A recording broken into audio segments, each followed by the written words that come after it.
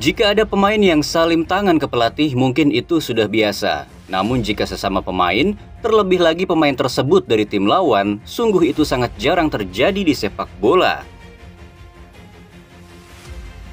Sedikit informasi sebelum kami mulai pembahasannya. Berdasarkan data, lebih dari 90% penonton di channel ini ternyata belum mensubscribe Icam Sport.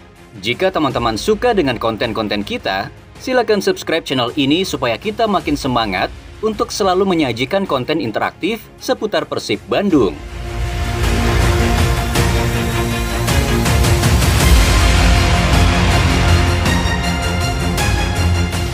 Itulah yang kita saksikan, bagaimana seorang Deddy Kusnandar disegani bahkan oleh pemain lawan. Nama Deddy Kusnandar memang sempat menjadi buah bibir di kalangan para supporter, terutama pada putaran pertama Liga 1 di musim ini. Deddy dianggap main terlalu santai dan tak banyak berkontribusi bagi tim. Sampai-sampai nama Deddy kerap kali dikaitkan dengan kata out oleh oknum supporter.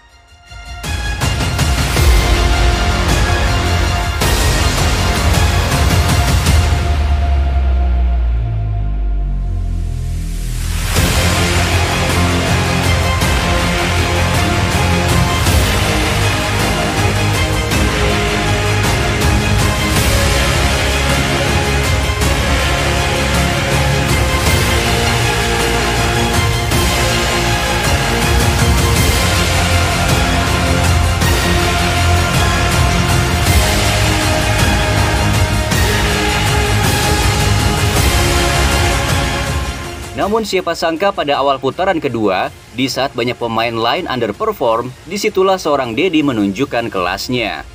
Peran Deddy vital. Bojan Hodak tampaknya belum lagi menemukan pengganti sepadan untuk menutup celah saat Deddy tak ada dalam lapangan. Hal itu dibuktikan saat Persib melawan Persik Kediri. Deddy yang harus absen karena akumulasi kartu, tampaknya membuat Bojan Hodak cukup kewalahan. Lini tengah Persib porak-poranda dan terpaksa Persib harus menelan kekalahan 2-0 tanpa balas. Renan Silva dan gol! Oh, Ederson, gol! Kemudian saat melawan Persis Solo, di babak pertama lini tengah Persib kuat dan terlihat begitu dominan.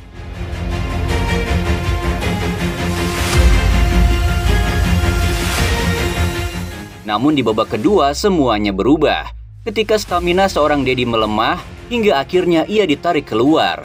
Yang terjadi kita melihat ada sesuatu yang kurang dari lini tengah Persib, hingga akhirnya Persis mampu menyamakan kedudukan menjadi 2-2, dan yang paling membekas tentu saja saat Persib bertandang ke markas Barito Putra. Saat itu Persib telah unggul 1-0, kemudian saat stamina Deddy terkuras habis dan terpaksa harus ditarik keluar pada menit 86.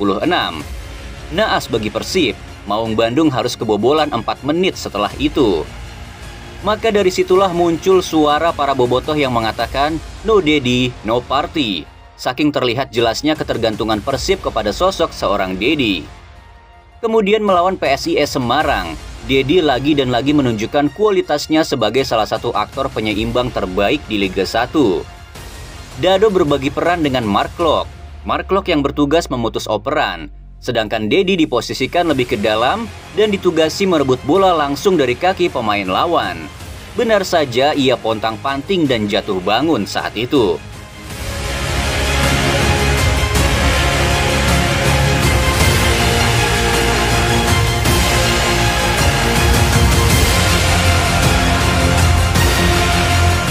Misinya sukses. Hingga seorang Taisei Morukawa yang dikenal lincah pun kesulitan saat dimarking oleh pemain 31 tahun tersebut.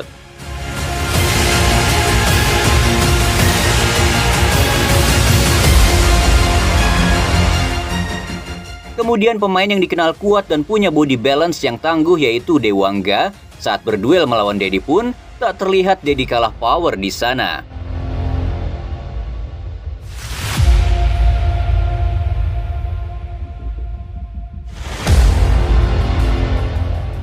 Deddy sangat mengerti dalam membaca situasi permainan. Saat Mark Klok jauh di depan dan belum bersiap di posisinya, Deddy benar-benar tahu kapan harus melakukan professional fouls tanpa terkena kartu.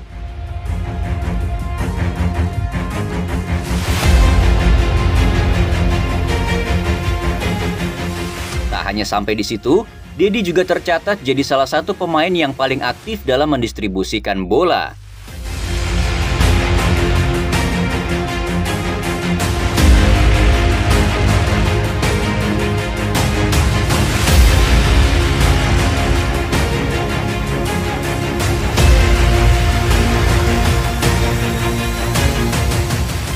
Bahkan operan berkelasnya ke Beltrame sukses berbuah gol kala itu.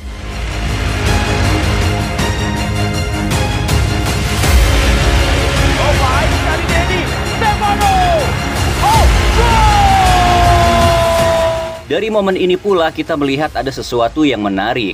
Saat pemain lain berselebrasi merayakan gol Persib, Dedi justru ke arah lain. Dia jadi satu-satunya pemain yang mendapat instruksi langsung dan panjang dari Hodak. Hodak seperti menginstruksikan dan mendikte arah permainan lewat seorang pemain bernama Deddy Kusnandar. Peran Dedi jelas tak lagi disepelekan di Persib Bandung. Terlihat jelas ada kepanikan dari pelatih, pemain bahkan supporter yang sebelumnya meremehkan seorang Dedi. Ya, momen dimana saat Dedi terlihat meringis kesakitan. Semua khawatir jika saat itu Dedi harus menepi karena cedera. Dalam video yang diunggah oleh ofisial Persib Bandung, kita melihat sebuah pelajaran berharga yang ditunjukkan oleh seorang Dedi. Ia tampaknya sadar hasil tak maksimal dalam 5 laga yang dialami Persib adalah karena para pemain seperti terlalu nyaman ketika telah unggul. Maka apa yang ia katakan?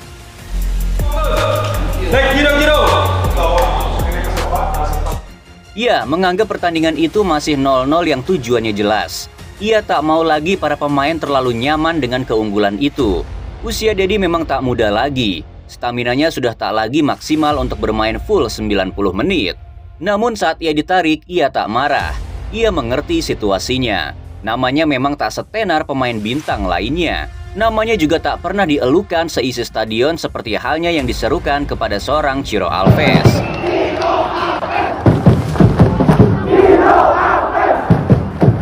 Namun bagi seorang Hodak, tentu Dedi memiliki hal penting yang tak dimiliki pemain lainnya. Hingga pada satu kesempatan, pelatih asal Kroasia itu menyampaikan pernyataan yang menurut kami sedikit tak biasa. Dalam bertahan, Dedi adalah perebut bola dan Dedi melakukan pekerjaan kotor. Semuanya menyukai Madinda karena dia bisa melakukan backheel atau menyukai pemain lainnya seperti Klok karena mencetak gol. Semuanya juga menyukai Ciro karena melakukan banyak hal. Tetapi Dedi adalah seseorang di tim yang melakukan pekerjaan kotor. Seseorang yang terus berlari dan melakukan tackle. Tak hanya sampai di situ, Hodak bahkan semakin mempertegas argumennya dengan mengatakan, Dedi luar biasa dan penempatan posisi itu lebih baik dari pemain lain di tim. Tak banyak yang suka bermain pada posisi itu karena melakukan pekerjaan kotor. Setiap tim sejak dahulu kala tidak bisa memiliki 10 Maradona di dalam timnya. Karena tidak ada yang mau berlari, jadi diperlukan pemain yang mau bertarung dan berlari. Maka Dedi pemain yang melakukannya. Jadi bisa dilihat, dia tak pernah berhenti bermain.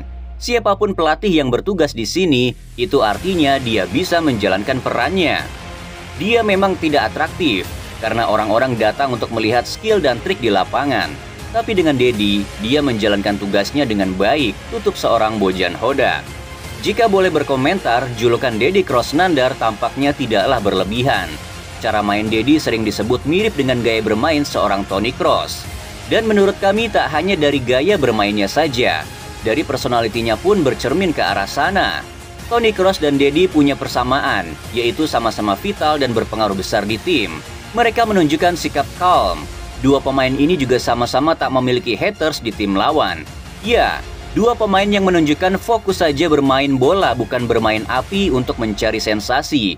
Maka itulah yang membuat Dedi jadi salah satu pemain senior yang paling disegani saat ini. Dan sebagai supporter, apakah kalian setuju jika peran vital ini terus diberikan oleh Bojan Hodak kepada seorang Deddy Kusnandar? Coba tuliskan pendapat kalian.